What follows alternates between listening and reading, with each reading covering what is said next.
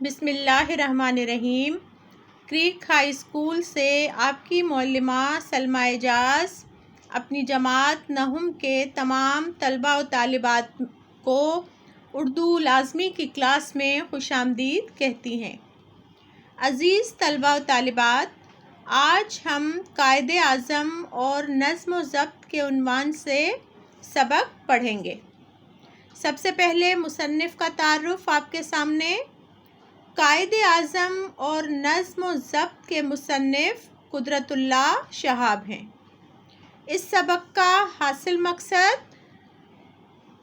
قدرت اللہ شہاب ہمیں یہ سمجھانے کی کوشش کر رہے ہیں کہ کچھ کاموں کا طریقہ کار غلط بھی ہوتا ہے، لیکن جہاں یہ دیکھا جائے کہ اس کام سے نقصان کا اندیشہ ہے تو وہ طریقہ کار غلط نہیں مانا جاتا۔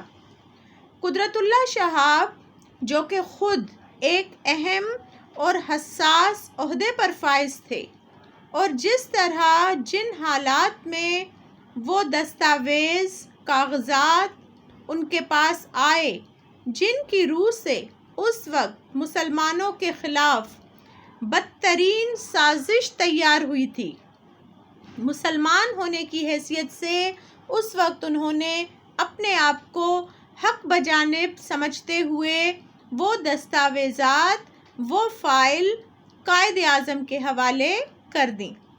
قائد اعظم جو اصول و ضوابط پر کاربند رہتے تھے، اس فعل کو غلط سمجھ رہے تھے اور قدرت اللہ شہاب کو نتائج سے خبردار بھی کر رہے تھے۔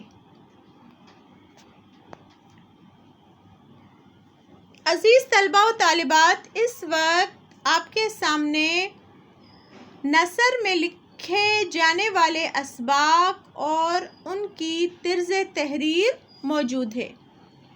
میں آپ سب کو اس بات کو واضح کر دوں کہ آپ اپنی کتاب مجموعہ نظم و نثر میں جتنے بھی اسباق پڑھیں گے، وہ اسباق مختلف طرز تحریر سے متعلق ہوں گے۔ آپ ان کو اپنی کتاب پر نوٹ کر لیجئے، جو آپ کی کتاب ہے مجموعہ نظم و نثر۔ آپ وہاں یہ چاروں نام اور ان کے معنی لکھ لیجئے۔ ہم ہر سبق کو پڑھیں گے، میں آپ کو سمجھاؤں گی کہ طرز تحریر اس سبق کی کیا ہے، اس وقت آپ کو سمجھنے میں اور دیکھنے میں آسانی ہوگی۔ سنجیدہ یعنی بردبار، فقاہیہ دلچسپ کو کہتے ہیں۔ المیہ کا مطلب دردناک یا ایسی چیز جس میں درد اور تکالیف کے مناظر بیان کیے گئے ہوں۔ تربیہ ایسی طرز تحریر کو کہا جاتا ہے جس میں فرحت بخش انداز سے لکھا گیا ہو یا اسے پڑھنے کے بعد آپ کو اچھا محسوس ہو رہا ہو۔ قدرت اللہ شہاب کی لکھی ہوئی جو تحریر اس وقت آپ قائد اعظم اور نظم و ضبط کے نام سے پڑھ رہے ہیں، اس کی تحریر سنجیدہ ہے۔ یہ سنجیدہ طرز تحریر میں لکھی جانے والی ایک تحریر ہے۔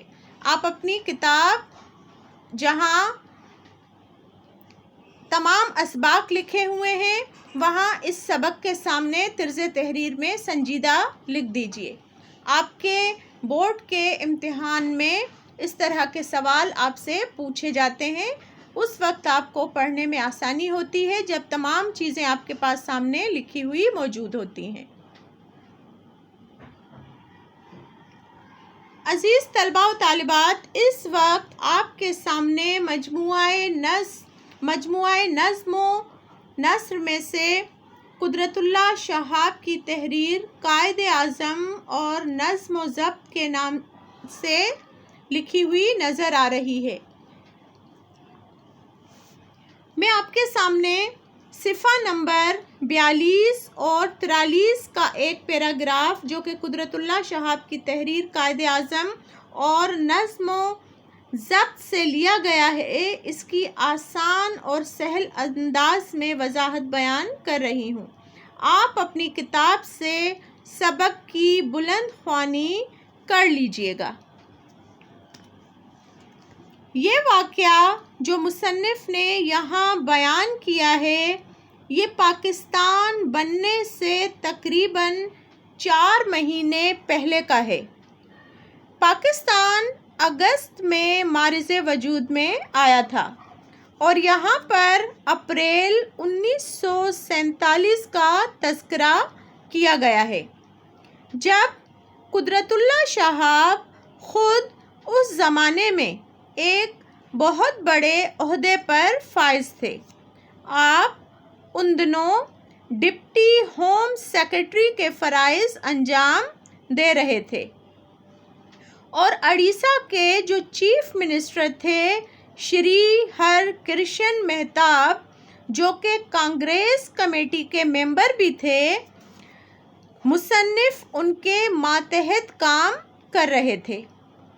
جیسا کہ مصنف قدرت اللہ شہاب مسلمان تھے اور چیف منسٹر ہندو تھے، اس کے باوجود بھی کہ آپ مسلمان تھے، وہ ہندو منسٹر بہت زیادہ اپنے ماتحت کام کرنے والے ہوم سیکرٹری پر اعتماد کرتے تھے، مگر چیف منسٹر کا جو پرسنل پرائیویٹ سیکرٹری تھا وہ ایک تعصب پسند ہندو تھا۔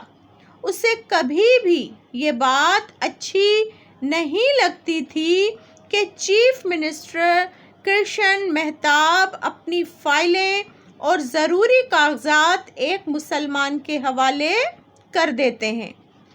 پرسنل پرائیویٹ سیکرٹری کئی دفعہ اس بات کا اظہار اور احتجاج بھی ان کے سامنے کر چکا تھا، یہاں تک کہ وہ یہ بھی کہتا تھا اپنے سر پر ہاتھ مار مار کر ان کے آگے کہ میں نے ضرور ہر ایک کاغذ کو پڑھ لیا ہوگا، اور تو اور ہر ایک کاغذ کی ایک نقل بھی بنا کر اپنے پاس رکھ لی ہوگی، کیونکہ چیف منسٹر شری ہر کرشن مہتاب کی عقل تو ماری گئی ہے۔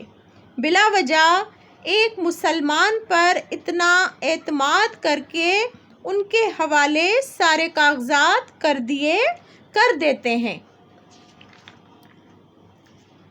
اسی طرح ایک دفعہ چیف منسٹر دہلی سے کانگریس کی ایک میٹنگ اٹینڈ کر کے واپس آئے تو اپنی عادت کے مطابق انہوں نے کاغذات رکھنے والی کالے رنگ کی صندوقچی قدرت اللہ شہاب کے حوالے کر دی۔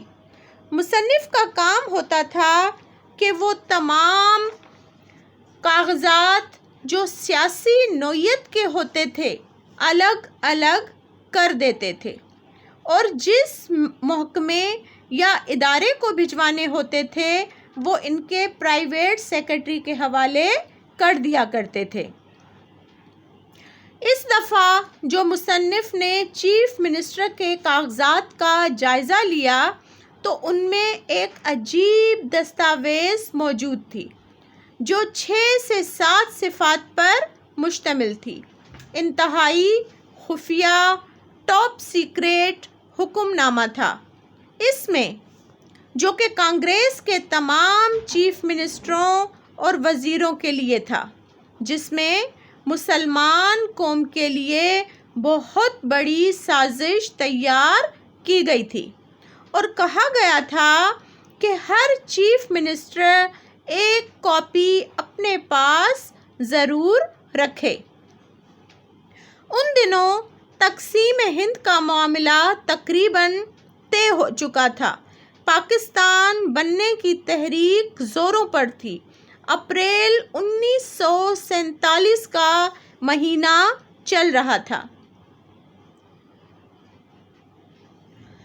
اس دستاویز میں صاف اور واضح طور پہ لکھا تھا کہ مسلمان افسر جہاں جہاں پر کام کر رہے ہیں ان کو وہاں سے ہٹا دیا جائے۔ ان کی جگہ پر ہندو بااعتماد افسروں کو بھرتی کیا جائے۔ پولیس کے تھانوں میں جو بڑے عہدوں پر مسلمان ڈی سی اور آئی جی ہیں، ایس پی ہیں، ان کی جگہ ہندوؤں کو چارج دے دیے جائیں۔ یہاں تک کہ مسلمانوں کو ہر بڑی پوسٹ اور عہدے سے ہٹا کر معمولی کام کاج پر لگا دیا جائے۔ پولیس، سرکاری خزانے، ریکارڈ افسر، ہر ایک سے اس کا عہدہ واپس لے لیا جائے، اور جو مسلمان ہتھیار اور اسلحہ رکھتے ہیں ان کے لائسنس بھی منسوخ کر دیے جائیں۔ چیف منسٹرز کو سختی سے تاکید اور ہدایت کی گئی تھی کہ وہ ہدایات پر فوراً عمل کریں اور جلد از جلد اس طرح کے اقدام ہر صوبے میں لیے جائیں۔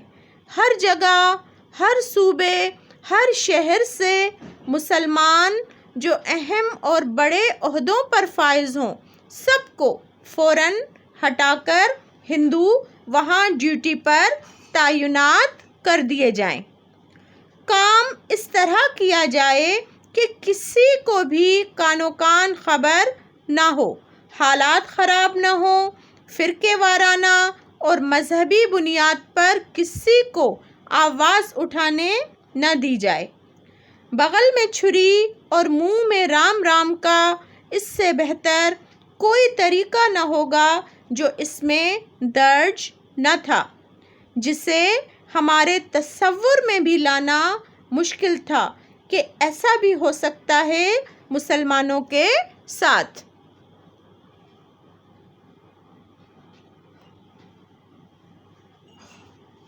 عزیز طلباء و طالبات، اس وقت ہم نے سبق کا آدھا حصہ پڑھا اور میں نے آپ کے سامنے ان عبارتوں کی وضاحت پیش کی۔